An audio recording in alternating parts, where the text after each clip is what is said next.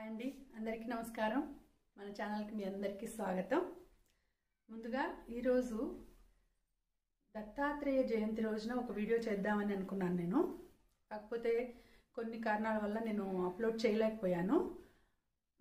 దత్తాత్రేయ జయంతి మార్గశిర పౌర్ణమి రోజున దత్తాత్రేయ జయంతిని జరుపుకుంటాము.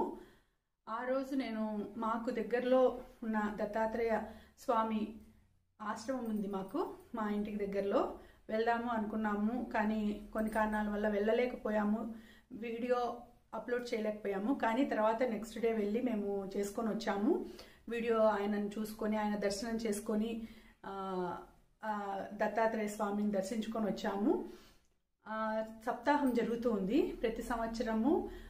అక్కడ మాకి ఈ ఆశ్రమంలో, దత్తాత్రేయ ఆశ్రమంలో సప్తాహం జరుగుతుంది.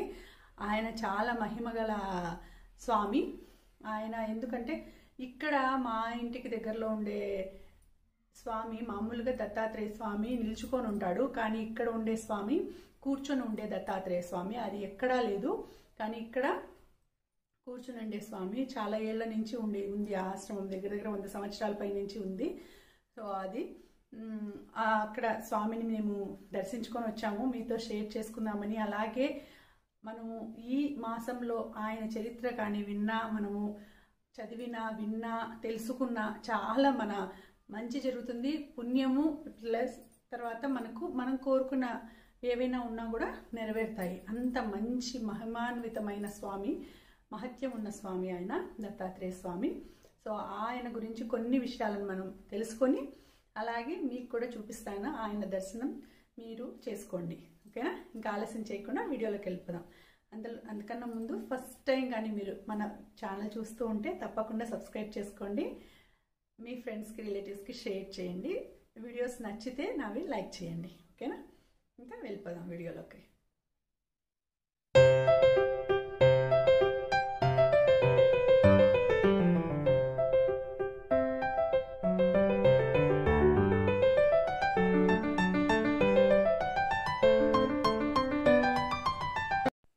చూడండి, ఇక్కడ వచ్చేసాం మేము దత్తాత్రేయ ఆశ్రమానికి. ఇది మా కారు, ఇక్కడ నుంచి దిగి వస్తున్నాం మేము. మా పిల్లలు అక్కడ ముందు వెళ్తున్నారు. చూడండి, అక్కడ బోర్డు కనిపిస్తుంది కదా, అదే ఆశ్రమము. చాలా ప్రశాంతంగా ఉంటుంది ఆశ్రమము. ఇక్కడ చూడండి, శ్రీ శ్రీ శ్రీ యోగరాజ వల్లభ దత్తాత్రేయ పీఠ అని రాశారు. రామదాస ఆశ్రమము అని ఉంది పైన. ఇది దత్తాత్రేయ ఆశ్రమం అని పిలుస్తారు, దత్తాత్రేయ పీఠము. ఇది చాలా ఏళ్ల నుంచి ఉంది, చాలామంది భక్తులు వస్తూ ఉంటారు. దాదాపు మేము చేరి కూడా ఇక్కడ ఇల్లు కట్టుకొని మేము చాలా ఏళ్ళు అయిపోయింది, 15 years దాకా అయిపోయింది. సో అప్పటి నుంచి మాకు ఇక్కడికి రావడం అలవాటు. ప్రశాంతంగా ఉంటుంది వాతావరణం. కనీసం మంత్లీ వన్స్ అన్నా వచ్చి ఆయనను దర్శించుకొని వెళ్తూ ఉంటాం మేము ఇక్కడికి వచ్చి. సో ఇప్పుడు సప్తాహం జరుగుతోంది కాబట్టి జనం ఎక్కువ ఉన్నారు, లేకపోతే మామూలుగా అయితే గురువారము ఆదివారము ఎక్కువ వస్తూ ఉంటారు ఇక్కడికి భక్తులు. ఇంకా ఇక్కడ ఇదే చూడండి, ఇదే ఆశ్రమం, ఇదే గుడి. ఆయన లోపల దేవుడికి అన్నీ చేస్తున్నారు, పూజ అంతా చేస్తున్నారు. అక్కడ అలంకారం అదంతా చేసి తెర కట్టారు కాబట్టి అక్కడ స్వామిని ఇంకా మనకు చూపించడం లేదు. అంత లోపల మీరు చుట్టూ దేవుళ్ళం అంతా మీకు మళ్ళీ చూపిస్తాను. ఇప్పుడు ఇక్కడ ఉయ్యాల మాదిరి పెట్టి ఆయన చిన్న బాలదత్తాత్రేయుడిని ఊపుతూ ఉన్నారు. ఇక్కడ అందరూ వచ్చి పిల్లలు అందరూ మనసులో ఏదైనా అనుకొని ఆయన ఊపేసి వెళ్తూ ఉంటారు స్వామిని. చాలా జనం వచ్చారు ఈరోజు, ఎందుకంటే సప్తాహం జరుగుతోంది కాబట్టి 7 రోజులు బాగా జరుగుతుంది.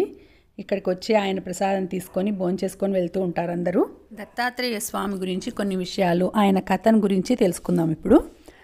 దత్తాత్రేయ జయంతిని మామూలుగా మార్గశిర శుక్ల పౌర్ణమి రోజున జరుపుకుంటాం. త్రిమూర్తులైన బ్రహ్మ, విష్ణువు మరియు పరమేశ్వరుల అవతారమైన దైవ స్వరూపులు దత్తాత్రేయుల వారు. దత్త అనే పదానికి సమర్పించిన అనే అర్థం వస్తుంది. త్రిమూర్తులు అత్రి మహర్షి మరియు అనసూయ దంపతులకు పుత్రుని రూపంలో తమను తాము సమర్పించుకున్నారు కనుక అతడికి దత్త అని పేరు వచ్చింది. ఇతడు అత్రి కుమారుడు కాబట్టి తన పేరు ఆత్రేయ అయింది. ఈ రోజున దత్తాత్రేయ స్వామిని షోడశోపచారాలతో పూజించి ధూపదీప నైవేద్యాలు సమర్పించి త్రిమూర్తి స్వరూపుడైన ఆయన జన్మగాథను చదివి విని తెలుసుకుంటే ఈర్ష్య, అసూయ, ద్వేషం అనే ఈ దుర్గుణాలకు మనము దూరంగా ఉంటాం. అలాంటి దుర్గుణాలకు లోనైతే దేవతలకైనా కూడా అనేక దుఃఖాలు కలుగుతాయని సర్వులకు తెలియజెప్పడానికి ఈ దత్తాత్రేయ స్వామి కథ ఉపయోగపడుతుంది. ఒకసారి లోక కళ్యాణార్థం నారదుడు అడిగిన చతురోక్తికి లోనైన లక్ష్మీ, సరస్వతి, పార్వతీమాతలు మహాపతివ్రత అయిన అనసూయపై ఈర్ష్య, అసూయ, ద్వేషాలను పెంచుకున్నారు.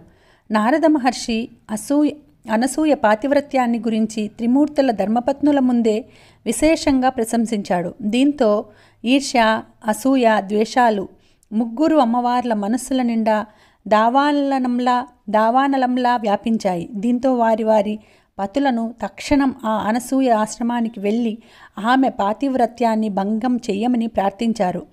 త్రిమూర్తులు ఎంత వారించినా వినకుండా వాటిని పెడచెవిన పెట్టేశారు. ససేమిరా అన్నారు.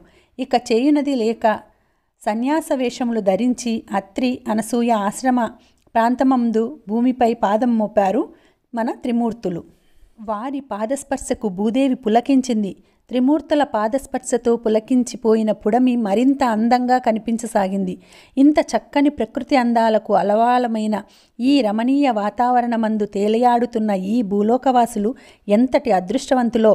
మనం ముగ్గురం కూడా ఈ చిన్నారి బాలురవలే ఈ ముని బాలకులతో కలిసి ఆడుకుంటే ఎంత బాగుండునో కదా అని తన్మయత్వంతో ఆ త్రిమూర్తులు అనుకుంటారు. అలా మైమరపిస్తున్న ఆ ఆశ్రమ వాతావరణం నుంచి ఒక్కసారి తెప్పరిల్లి, ఇంతకీ మనం వచ్చిన మాటను మరచి మన భార్యలకు ఇచ్చిన మాటను విస్మరించాం అని తలచి ఆశ్రమం ముంగిట వైపుకు పయనమించారు. బలం సంపన్నుడైన కర్దమ మహర్షికి, దేవహూతికి జన్మించిన అనసూయాదేవిని మునిశ్రేష్ఠుడైన అత్రి మహర్షికి ఇచ్చి వివాహం చేశారు.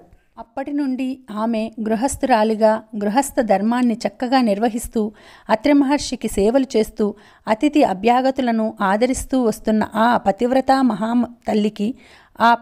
పతివ్రతామ తల్లిని దివ్య తేజోమూర్తి అయిన అత్రి మహర్షిని చూసినంతనే త్రిమూర్తులు ముగ్ధులయ్యారు.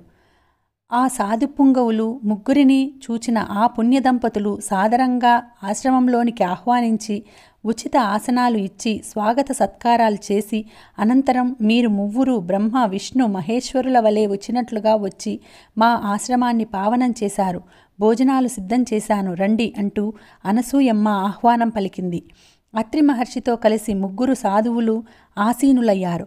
ఇక వడ్డన ప్రారంభించుటకు సమాయత్తమవుతున్న అనసూయమ్మతో ఆమె దుస్తులు ధరించకుండా నగ్నరూపంలో వడ్డిస్తేనే తాము భుజిస్తామని వారు చెప్పారు. వారి పలుకులు ఆ పతివ్రతా తల్లికి శిరస్సున పిడుగుపడినట్లయింది. ఒక్కసారి తన ప్రత్యక్ష దైవమైన భర్తను మనసారా నమస్కరించుకుంది. పాతివ్రత్య జ్యోతి వెలిగింది. ఆమె జ్ఞాననేత్రం తెరుచుకుంది.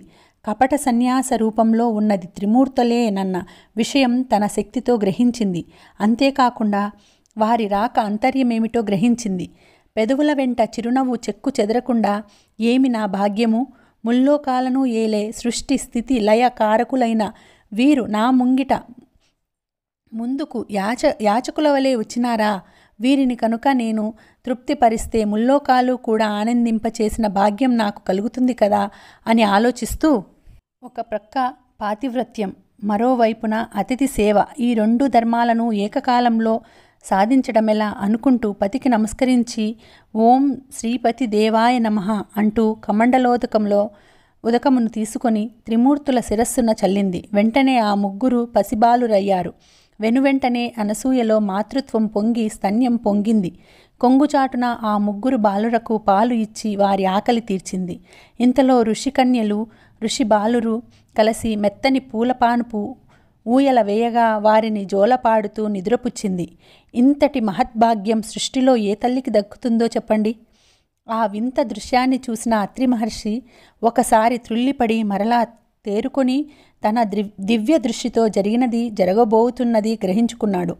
ఈ త్రిమూర్తులు ఈ ఆశ్రమ ప్రవేశ సమయంలోనే ఆశ్రమ వాతావరణానికి తన్మయత్వంతో పలికిన పలుకులే కార్యరూపం దాల్చడం బ్రహ్మవాక్కుగా తలచి ఆ చిన్నారులు బుడిబుడి నడకలతో ఆడుతూ గెంతుతూ ఆ మునిబాలకులతో కలిసి వారి కలలను పండించుకోసాగారు.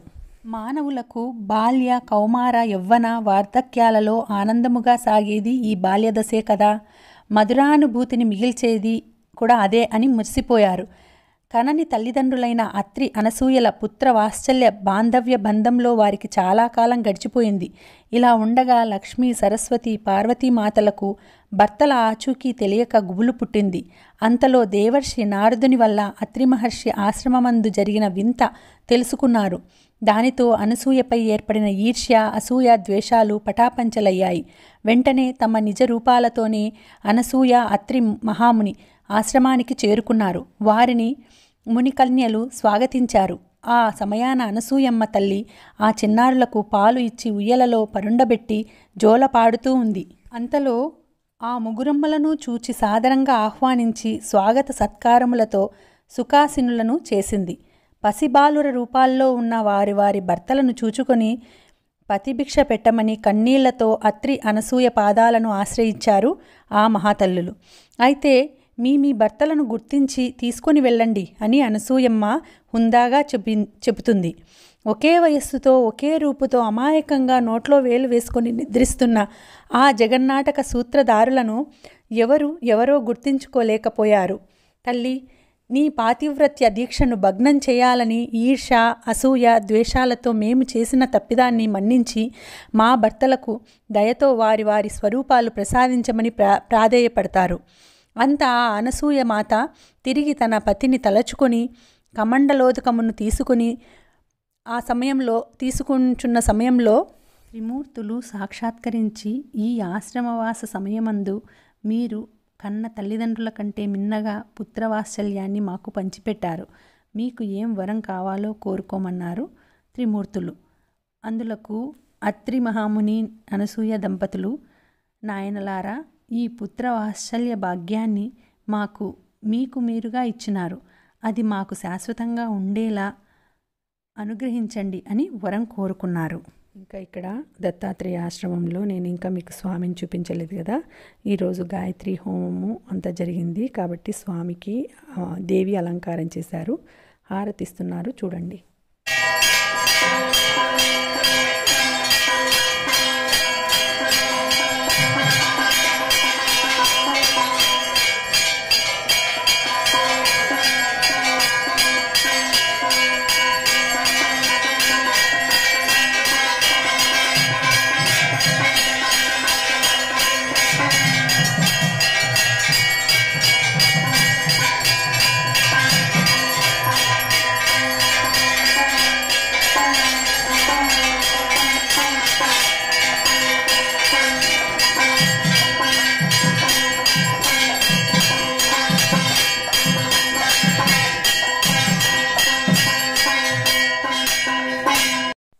ఈరోజు గాయత్రి హోమము అన్నీ జరిగాయి ఇక్కడ. అందుకే గాయత్రి మాత లాగా దేవి అలంకారం చేశారు ఆయనకి, దత్తాత్రేయునికి. ఇక్కడ విశేషం ఏమంటే ఆయన కూర్చొని ఉండే దత్తాత్రేయ స్వామి. మామూలుగా దత్తాత్రేయ స్వామి అంటే నిల్చుకొని ఉంటారు, కానీ ఇక్కడ విశిష్టత ఏమంటే ఆయన కూర్చొని ఉండే దత్తాత్రేయ స్వామి. మంచి పవర్ ఉండే స్వామి. ఎక్కడెక్కడి నుంచో భక్తులు వచ్చి దర్శించుకొని వెళ్తూ ఉంటారు. ఇంకా దత్తాత్రేయ స్వామి కథలోకి వెళ్తే, అనసూయ దంపతులు మీరు ముగ్గురు పిల్లలుగా జన్మించాలి మాకు అని కోరుకుంటారు త్రిమూర్తులను.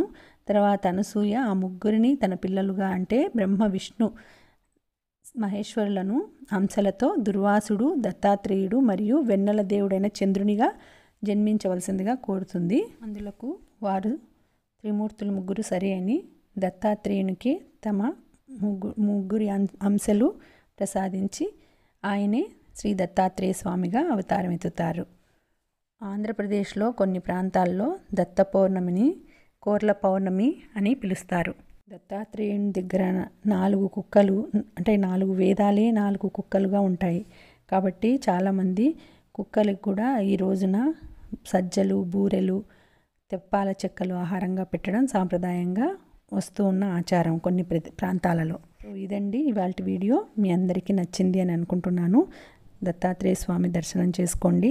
తర్వాత మళ్ళీ ఇంకో మంచి వీడియోతో మళ్ళీ కలుసుకుంటాను. అంతవరకు స్వస్తి, శుభం, నమస్తే.